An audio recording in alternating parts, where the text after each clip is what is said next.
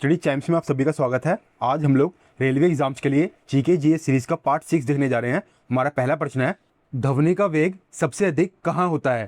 तो इसका सही उत्तर है ऑप्शन नंबर सी, ठोस के अंदर यानी सॉलिड्स के अंदर। तो साउंड जो है ये एक मैकेनिकल वेव है, ठीक है।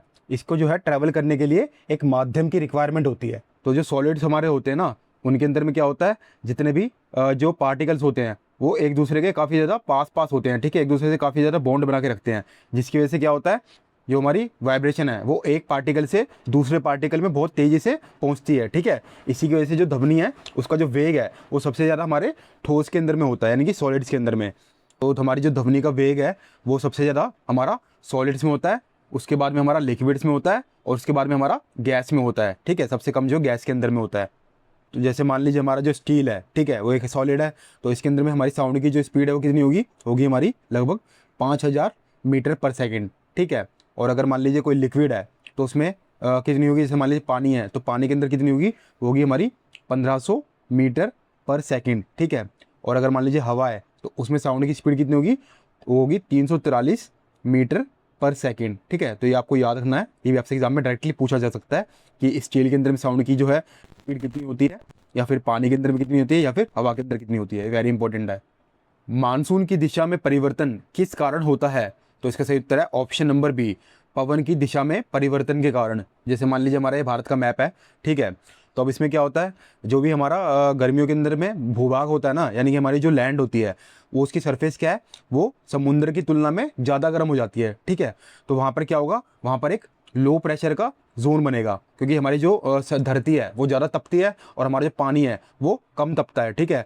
तो जिसकी वजह से क्या होगा, यहाँ पर ज़मीन पर तो हमारा लो प्रेशर का जोन बन गया, और यहाँ जो पानी है यहाँ पर हमारा कैसा बनेगा, हमारा हाई प्रेशर का जोन बनेगा, ठीक है। तो ये हाई प्रेशर, ये हमारा लो प्रेशर। अब हमें पता है हमारी जो हवाएं होती है वो हाई प्रेशर से लो प्रेशर की तरफ में ट्रैवल करती हैं। तो अब क्या होगा, जितनी भी हमारी जो समुद्र की हवाएं हैं ये क्या करेंगी, ये अपने साथ में नमी को लेकर जमीन की तरफ बहना स्टार्ट कर देती हैं, ठीक है। जिससे कि हमारा जो साउथ वेस्ट मानसून है वो आता है, हमारा जो दक्षिण पश्चिमी मानसून है वो इसी के कारण से बनता है ना। तो आपको याद रखना है इसके बारे में, ठीक है। और इसका उल्टा जो है हमारा वो सर्दियों के अंदर होता है। सर्दियों में क्या होता है, ज़मीन जो है वो जल्दी से ठंडी हो जाती है हमारी, ठीक है। और समुद्र जो है वो हमारे गर्म रहते हैं। तो यहाँ पर क्या आ जाएगा, लो प्रेशर बन जाएगा, और यहाँ पर जो है हाई प्रेशर बन जाएगा, जिससे हमारी हवा की दिशा जो है वो पलट जाएगी, और हवा क्या करेगी, ज़मीन से समुद्र की तरफ बहना स्टार्ट कर देगी। संयुक्त राष्ट्र सुरक्षा परिषद यानी कि यूएनएससी में स्थायी सदस्य कौन है?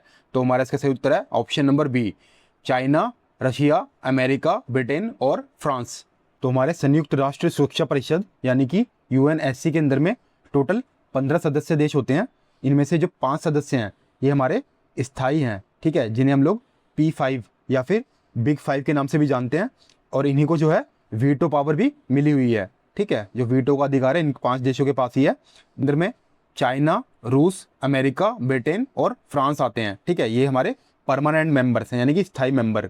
इसके अलावा 10 जो हैं वो अस्थायी यानी कि नॉन परमानेंट मेंबर्स हैं। इन्हें यूएनएससी के द्वारा 2 साल के कार्यकाल के लिए चुना जाता है। हमारा जो इंडिया है ये कई बार जो है नॉन परमानेंट मेंबर यानी कि अस्थायी सदस्य रहा है। हम लोग जो है स्थायी सदस्य बनने की मांग करते रहते हैं।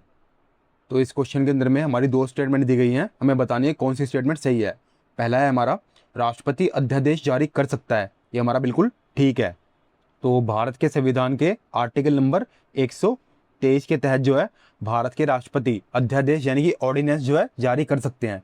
हमारी दूसरी स्टेटमेंट है, अध्यादेश संसद की अनुपस्थिति में जारी किया जाता है, ये हमारा बिल्कुल ठीक है। कि जो हमारा ऑर्डिनेंस यानी कि अध्यादेश है ये केवल तभी जारी किया जाता है जब हमारी संसद जो है वो सत्र में ना हो। जैसे मान लीजिए हमारी संसद है, उसका अगर कोई अवकाश चल रहा है यानी कि इसकी छुट्टियां वगैरह हो रखी हैं, तब उस समय के अंदर में राष्ट्रपति जो है अध्यादेश जारी कर सकते हैं, ठीक है। राष्ट्रपति अध्यादेश तभी जारी करते हैं जब संसद के दोनों सदन या फिर दोनों में से कोई भी एक सदन जो है सत्र में मौजूद नहीं होता, और जो कानून है वो पारित करना संभव नहीं होता, ठीक है। इसी स्थिति के अंदर में हमारी जो राष्ट्रपति हैं अपना अध्यादेश जारी करते हैं। तो इस क्वेश्चन के अंदर में हमारी दोनों स्टेटमेंट ठीक है, तो हमारा ऑप्शन नंबर सी सही उत्तर हो जाएगा दोनों। कंप्यूटर में हार्डवेयर का उदाहरण कौन सा है? तो हमारा इसका सही उत्तर होगा ऑप्शन नंबर बी, कीबोर्ड। क्योंकि हार्डवेयर हम किसे कहते हैं, हार्डवेयर हम उस फिजिकल पार्ट को कहते हैं जिसे हम अपनी आंखों से देख सकते हैं या फिर उसे छू सकते हैं, ठीक है। जैसे कि हमारा जो कीबोर्ड होता है, माउस होता है, हमारा मॉनिटर होता है, ठीक है। बाकी हमारा जो MS एक्सेल है, ये क्या है, एक हमारा ये एप्लीकेशन सॉफ्टवेयर है। जैसे हमारा एंटीवायरस क्या है, ये भी एक हमारा सिस्टम का सॉफ्टवेयर ही है, ठीक है। और जो हमारी विंडोज़ है, ये हमारा एक ऑपरेटिंग सिस्टम है। तो हमारा सही उत्तर था इसमें कीबोर्ड। व्यपगत का सिद्धांत यानी कि डॉक्ट्रिन ऑफ लैप्स किसने लागू किया था? तो इसका सही उत्तर है option number B, Lord Dalhousie ने। लॉर्ड डलहौजी जो थे, ये 1848 से लेके 1856 तक भारत के गवर्नर जनरल थे। इन्होंने डॉक्ट्रिन ऑफ लैप्स यानी कि राज्य हड़प नीति जो है लागू की थी।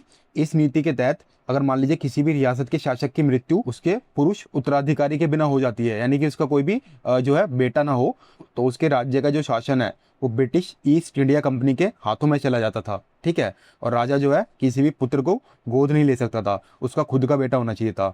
तो ये हमारी एक राज्य हड़प नीति थी। इस नीति के तहत वर्ष 1848 में सबसे पहले सतारा जो था वो अंग्रेजों ने उस पर कब्जा किया था। उसके बाद में जैतपुर को भी विलय कर लिया था। फिर बाद में संबलपुर, झांसी और नागपुर भी जो है इसी नीति के तहत हड़प कर लिए थे। संविधान की प्रस्तावना में निम्नलिखित में से कौन सा शब्द मूल रूप से मौजूद नहीं था? तो इसका सही उत्तर ऑप्शन नंबर सी, समाजवादी। तो हमारे भारतीय संविधान की प्रस्तावना के अंदर में जो समाजवादी यानी कि सोशलिस्ट शब्द था ये नहीं था, ठीक है। इसे कब जोड़ा गया? इसे जो है 42वें संविधान संशोधन वर्ष 1976 के अंदर में जोड़ा गया था, ठीक है। उस समय में हमारा समाजवादी यानी कि सोशलिस्ट, पंथ निरपेक्ष यानी कि सेक्युलर और अखंडता यानी कि इंटीग्रिटी जैसे शब्द जो है वो हमारी प्रस्तावना के अंदर में जोड़े गए थे। केसरी समाचार पत्र किससे संबंधित था? तो इसका सही उत्तर है ऑप्शन नंबर बी, बाल गंगाधर तिलक से। तो बाल गंगाधर तिलक ने वर्ष 1881 के अंदर में हमारा केसरी, ठीक है, ये समाचार पत्र निकाला था जो कि मराठी भाषा के अंदर में है, ठीक है। इसके अलावा उन्होंने मराठा भी निकाला था जो कि इंग्लिश भाषा में है। तो आपको इसमें कंफ्यूज नहीं होना, क्योंकि जो केसरी है ये किस भाषा में था? ये मराठी भाषा के अंदर था। और जो हमारा मराठा नाम का जो अखबार था वो इंग्लिश भाषा में था, ठीक है। इसके अलावा जो महात्मा गांधी थे इन्होंने भी जो है यंग इंडिया, नवजीवन और हरिजन नाम के जो अखबार हैं इनका प्रकाशन किया था। और हमारे जो लाला लाजपत राय हैं जिन्हें पंजाब केसरी बोलते थे, तो आपको कंफ्यूज नहीं होना इसमें केसरी के नाम से, ठीक है। लाला लाजपत राय ने जो है केसरी अखबार नहीं निकाला था, बल्कि इन्हें जो है पंजाब केसरी के नाम से जाना जाता था, ठीक है। तो इन्होंने जो है द पंजाबी और वंदे मातरम जैसे समाचार पत्र जो है उनका संपादन किया था, ठीक है।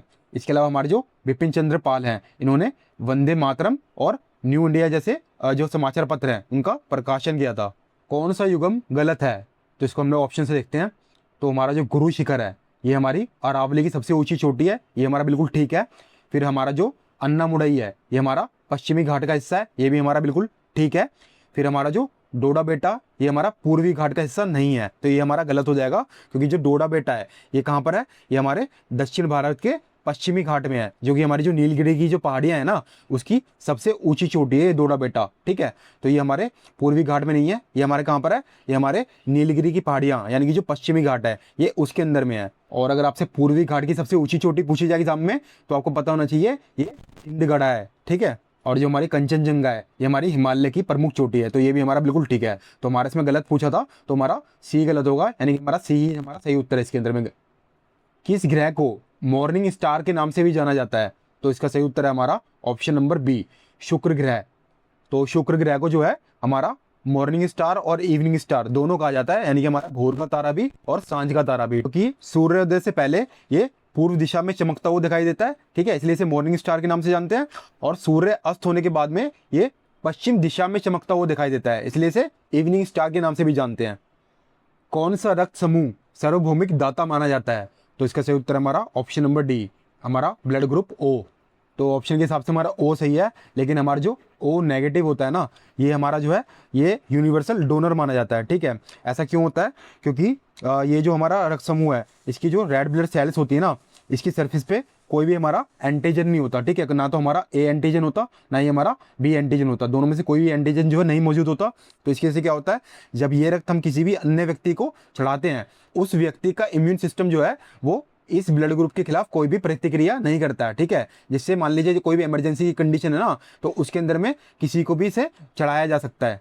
इसके अलावा हमारा जो ब्लड ग्रुप ए बी है ये किसी से भी खून जो है वो ले सकता है, यानी कि ये हमारा यूनिवर्सल रेसिपेंट है, ठीक है। ये किसी से भी हमारा खून जो है वो ले लेगा, क्योंकि इसके अंदर में हमारा ए एंटीजन भी मौजूद है और बी एंटीजन भी मौजूद है, इसलिए ये किसी भी ए वाले व्यक्ति से या फिर बी वाले व्यक्ति से या फिर ए बी वाले व्यक्ति से या फिर ओ वाले व्यक्ति से जो है खून ले सकता है, लेकिन ये किसी को भी दे नहीं सकता खून, ठीक है। तो आपसे पेपर में पूछा जाए कि यूनिवर्सल रेसिपिएंट कौन है, तो हमारा ए बी पॉजिटिव जो होता है ये हमारा यूनिवर्सल रेसिपिएंट होता है, ये आपको याद रखना है।